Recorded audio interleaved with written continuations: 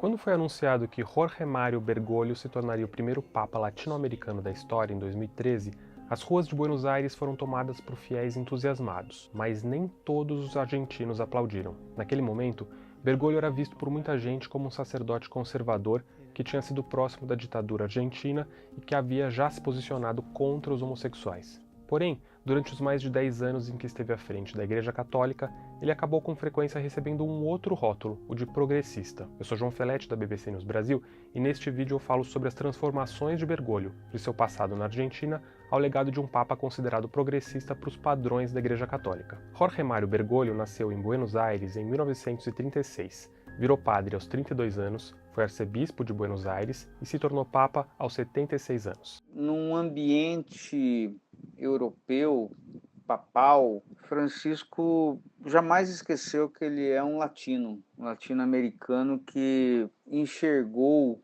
os grandes problemas da Igreja nesse século XXI e tentou, de todas as formas, acertando em alguns casos, errando em outros, atualizar a agenda da Igreja. Tentou, de fato, inserir a Igreja Católica no século XXI, coisa que o seu predecessor, o Bento XVI, não conseguiu definitivamente fazer.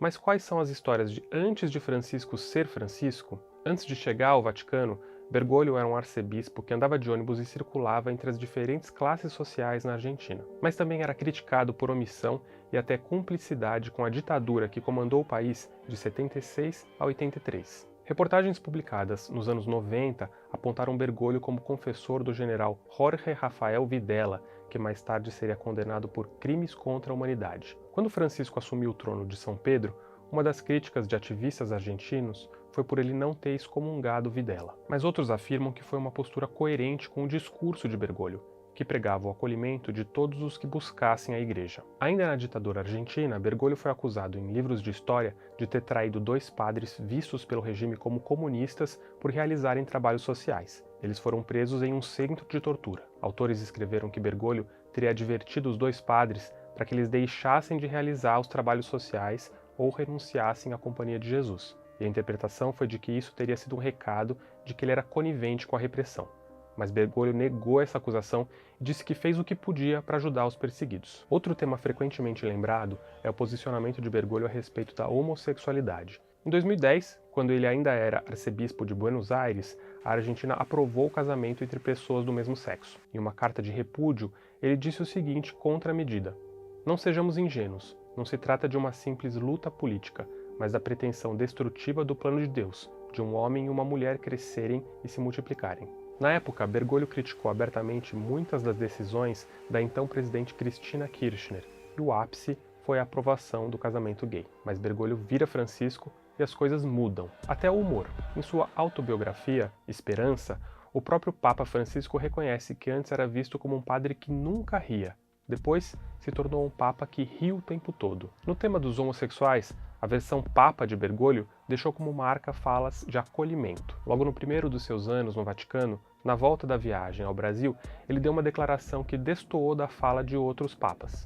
Se uma pessoa é gay e cerca il Signore e ha buona volontà, ma chi sono io per giudicarla?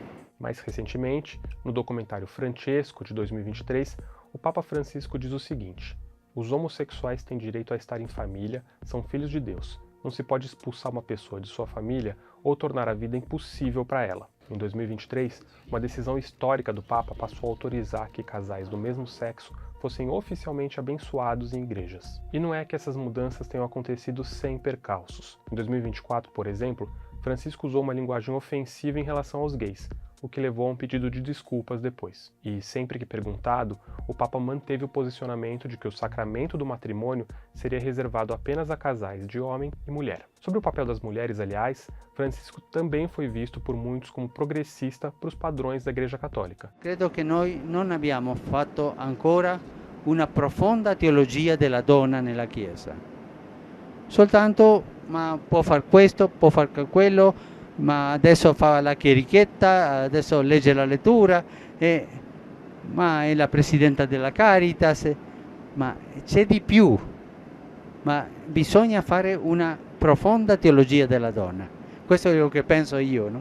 Em 2020, o Papa decidiu criar uma comissão para estudar a ideia de que mulheres possam ser diaconisas e assumir funções hoje restritas a homens na igreja, como celebrar batismos e casamentos. Apesar disso, Francisco disse em diversas situações que não vê possibilidades de mulheres no clero. Em 2016, aliás, ele disse acreditar que a proibição de mulheres padres é para sempre.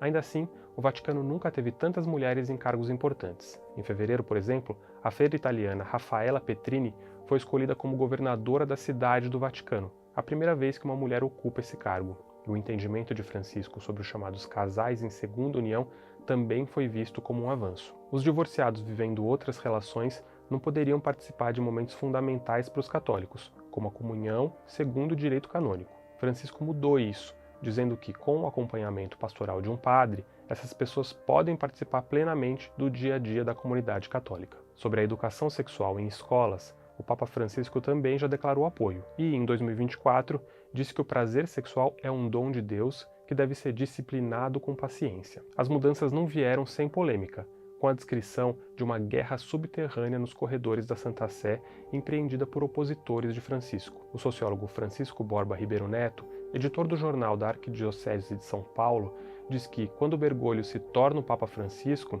abre aspas, estava saturado com os excessos da comunidade conservadora argentina, que parecia só ver problemas de sexualidade e ideologia de gênero por todas as partes, além de ter uma postura moralista que pouco acolhia as pessoas.